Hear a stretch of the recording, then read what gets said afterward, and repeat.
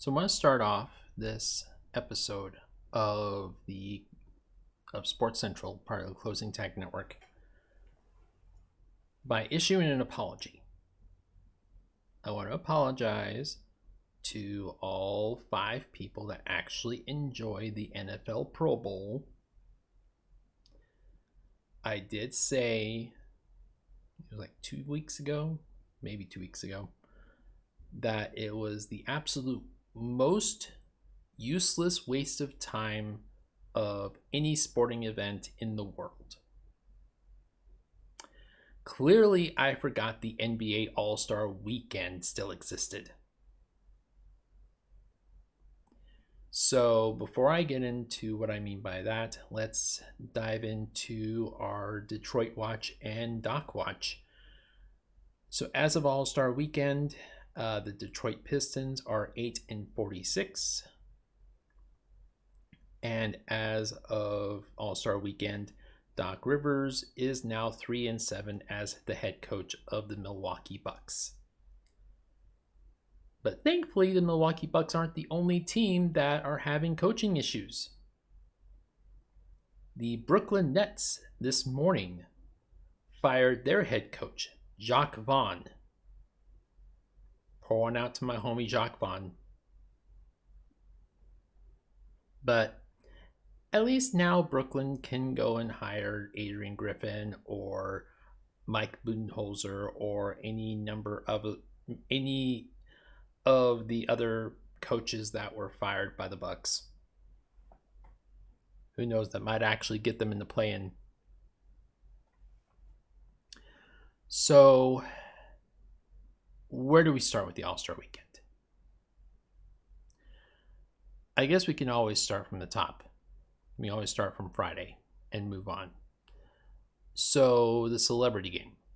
I'm sure that the tens of people that tuned in to watch Shannon Sharp and Stephen A. Smith make even bigger and even more obnoxious asses of themselves as coaches, not that that's any consolation,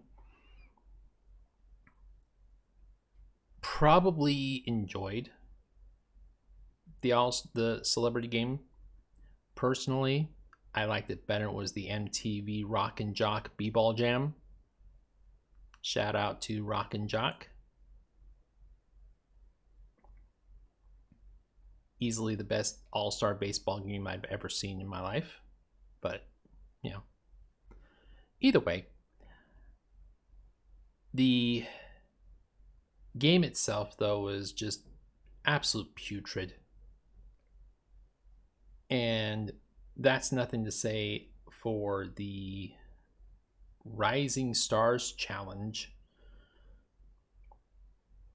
I don't know exactly what the score was with the Rising Stars Challenge, but I'm not going to go out of my way to really look it up just because I don't care. But I will be looking something up while I talk about this next part. The slam dunk contest. I think it's time to put that dog down. I know. I actually enjoyed the slam dunk contest for the most part, up to a certain point. And I hate saying something like this because it makes me come off like I'm some obnoxious asshole who thinks he knows everything. But as a teenager, when I was watching, Isaiah Ryder back in 1994 do what's called the in between the legs dunk. You already know which one I'm talking about. I said even then that this is going to jump the shark real fast.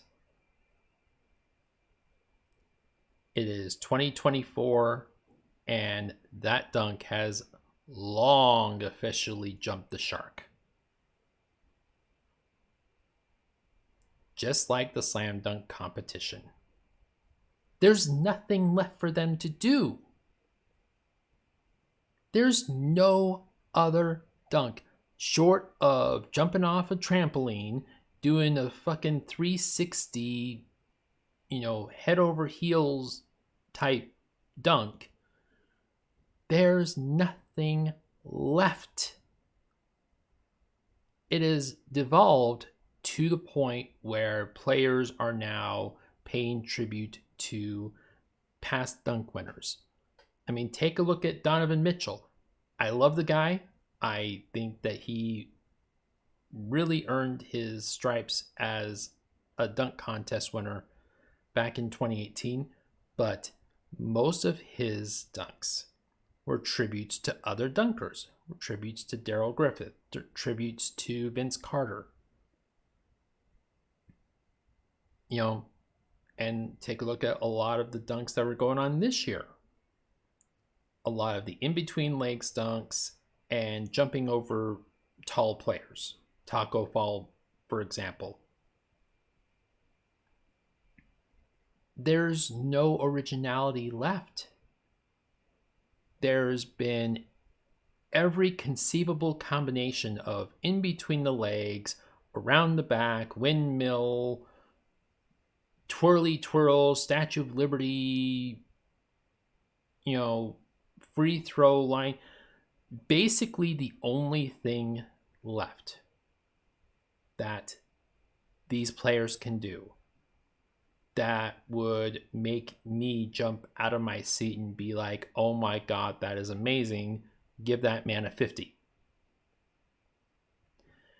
Would be if someone jumped from the free throw line in the air, 360, behind the back, between the legs, with their tongue hanging out, Michael Jordan style,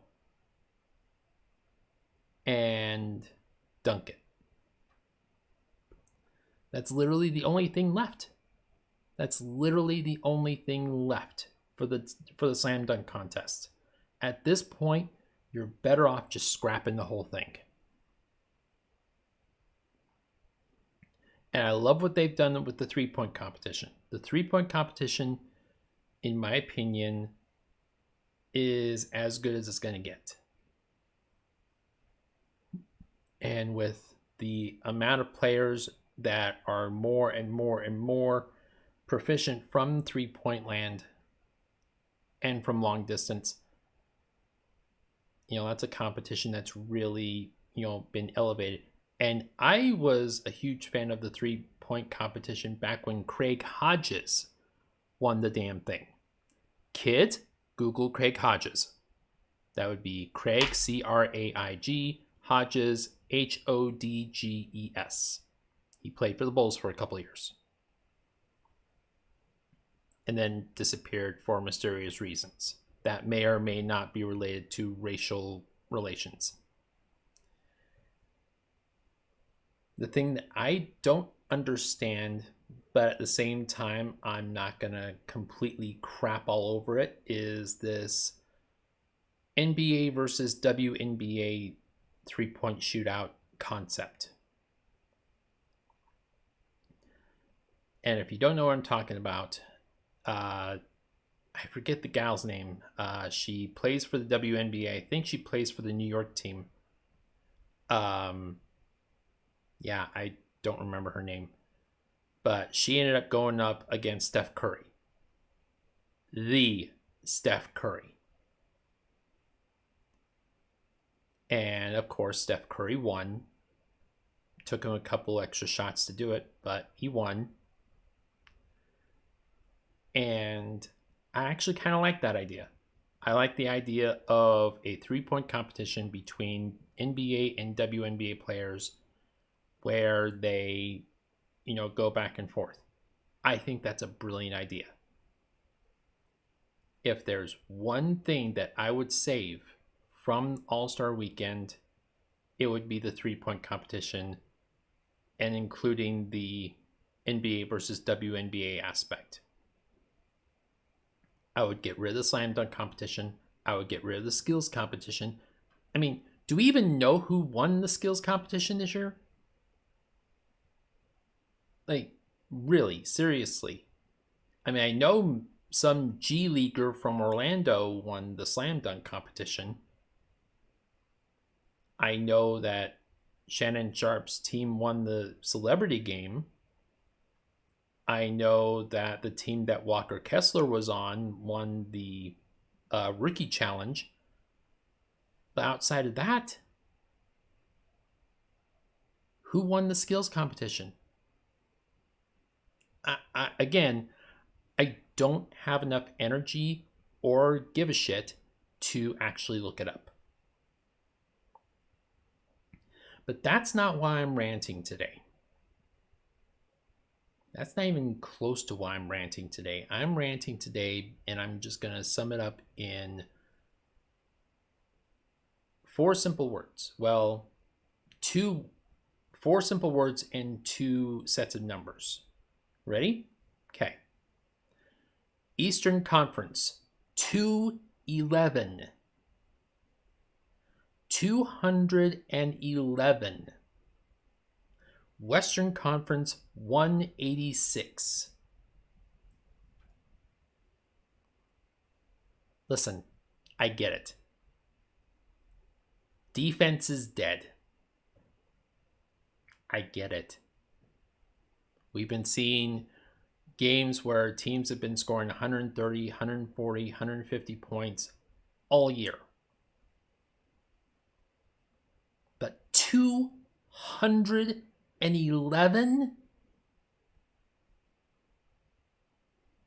And the box score isn't even half the story. You actually watch the game. You actually watch the players out there. They couldn't give a shit about being there. Half of the players, their body language was they would rather be anywhere else but there. And I'm sorry, that's not what the All-Star game was meant to be. And yet, in almost every sport, that's exactly what it's turned out to be. There is no desire to fix the All-Star weekend. There is no desire to, make it so that these players actually give a shit. I mean, if Larry Bird can't get these players motivated, I'm sorry. There's not a man alive that could do it. I mean, if Kobe Bryant were still here, he'd probably knock a few heads. I'd actually pay to see that.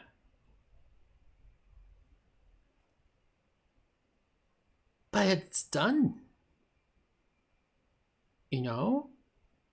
All-Star Weekend is dead. And it's time to pull the plug on the life support. That's partially why I'm wearing all black today. Kill the All-Star game and the All-Star weekend, and while you're at it, take the Pro Bowl with you. It's done. There is no saving it. You can throw millions of dollars in incentives at the players.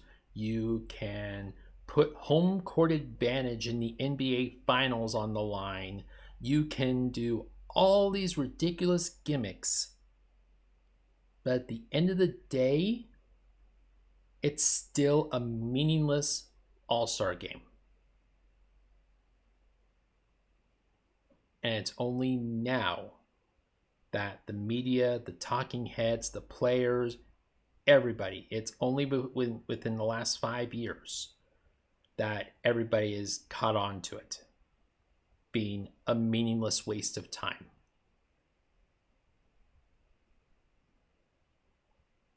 Yeah, I hate calling it the way it is, but that's what it is.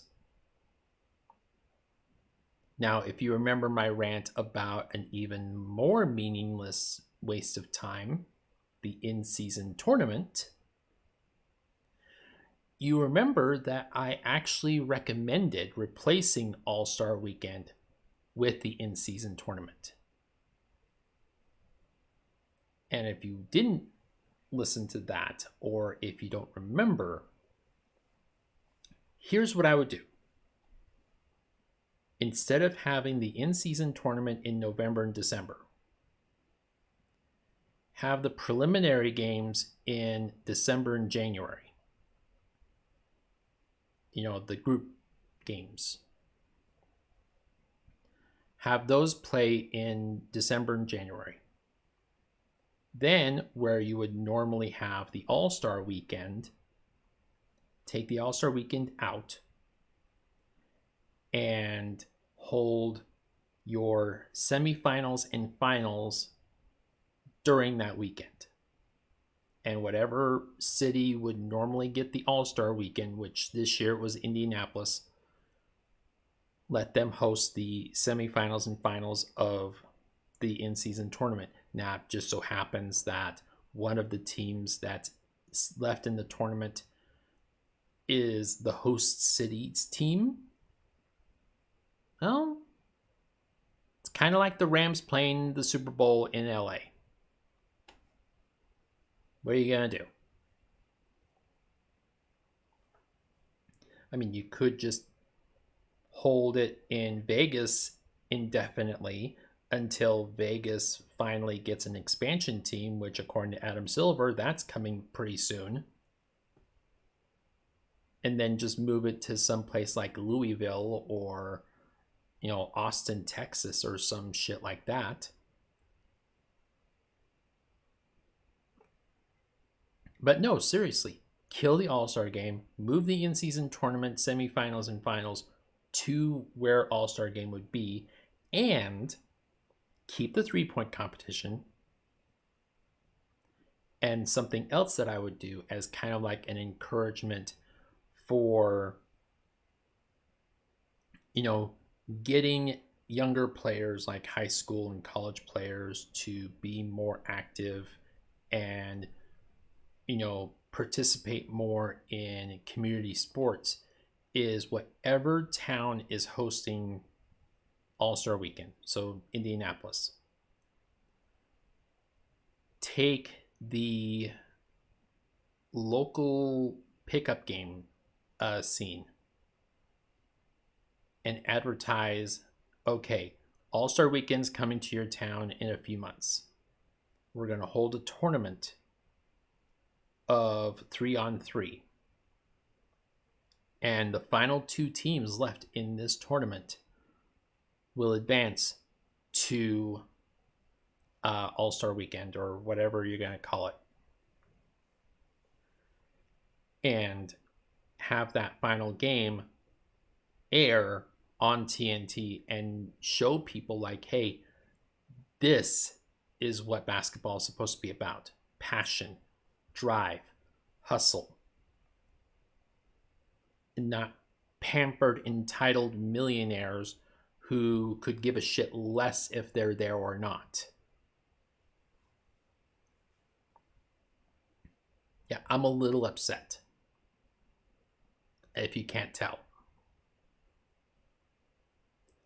So that's what I would do. I wouldn't even bother trying to fix the All-Star game. I wouldn't even bother trying to fix anything about it. I would just scrap it all together. There is no fixing it at this point. Now, one thing I do like about the All-Star game this year, and I actually think it's a pretty cool addition, I guess you could say, is that LED court. I don't know how ergonomic or whatever the word you want to use. I don't know how it would adjust to actually competitive basketball. That's actually a really cool idea. And I would not mind them, you know, further elaborating on maybe incorporating similar tech down the road. So that's what I would do. I would like to hear your guys' thoughts as well. And since I didn't get a chance to talk about it before, let's talk a little bit about the buyouts that were going on during the uh, fallout of the trade deadline. So I'm just going to pull up on NBA.com the transactions that were made very recently.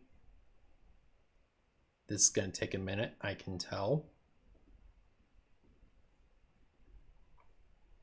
Here we go. So, ever since the trade deadline,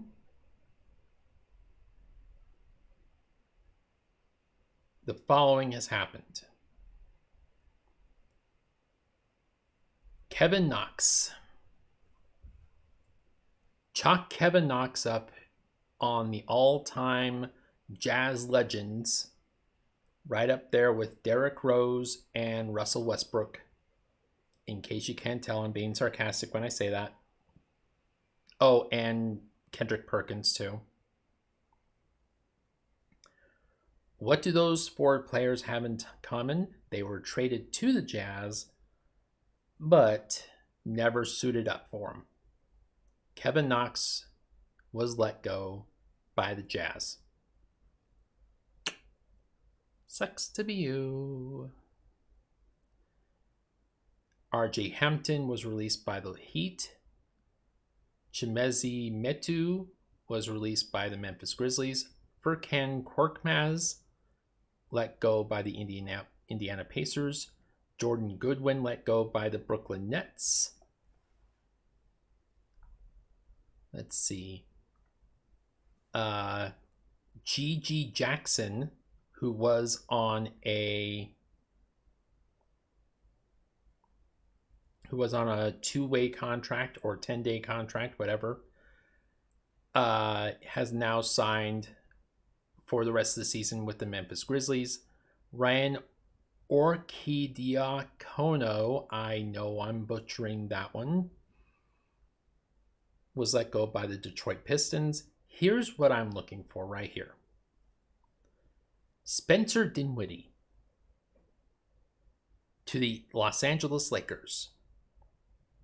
Yes, because that's what we want to give LeBron James. More fresh bodies to throw under the bus when, not if, everything inevitably falls apart by the Lakers.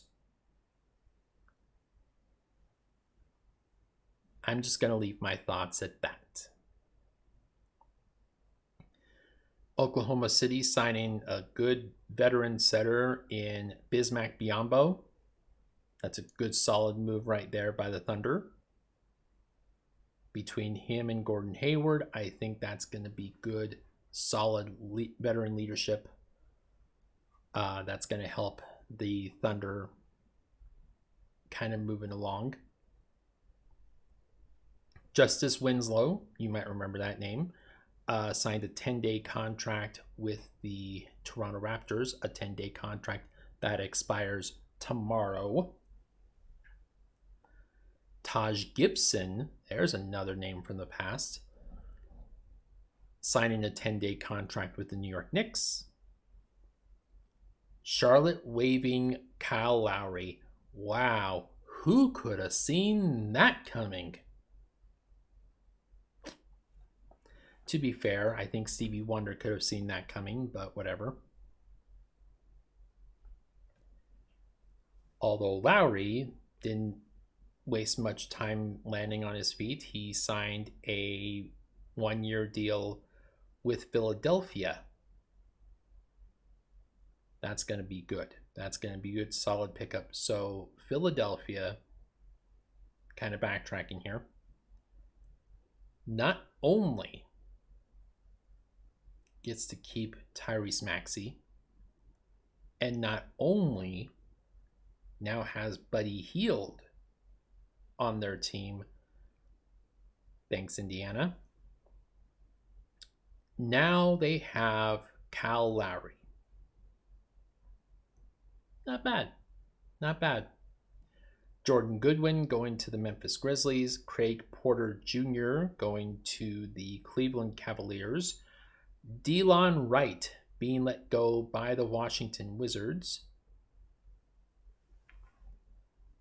Yeah, that's an interesting one. Delon Wright, of course, then ended up signing a rest of the season contract with the Miami Heat. The Milwaukee Bucks signing Danilo Gallinari to a contract. That's a solid pickup. I don't know how much good that's going to do them, but hey, whatever works. And Pete Nance going to a two-way contract with the Cleveland Cavaliers. And that is the buyout update. So, all of that said, as my calf is itching for some reason.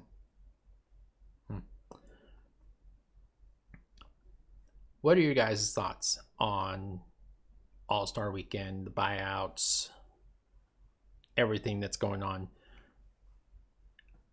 I'm still convinced that it's going to be the Nuggets and Celtics in the finals this year. I've been saying that for a couple weeks now. But then again, my original pick was going to be Golden State and who was it that I had? Oh yeah, Milwaukee.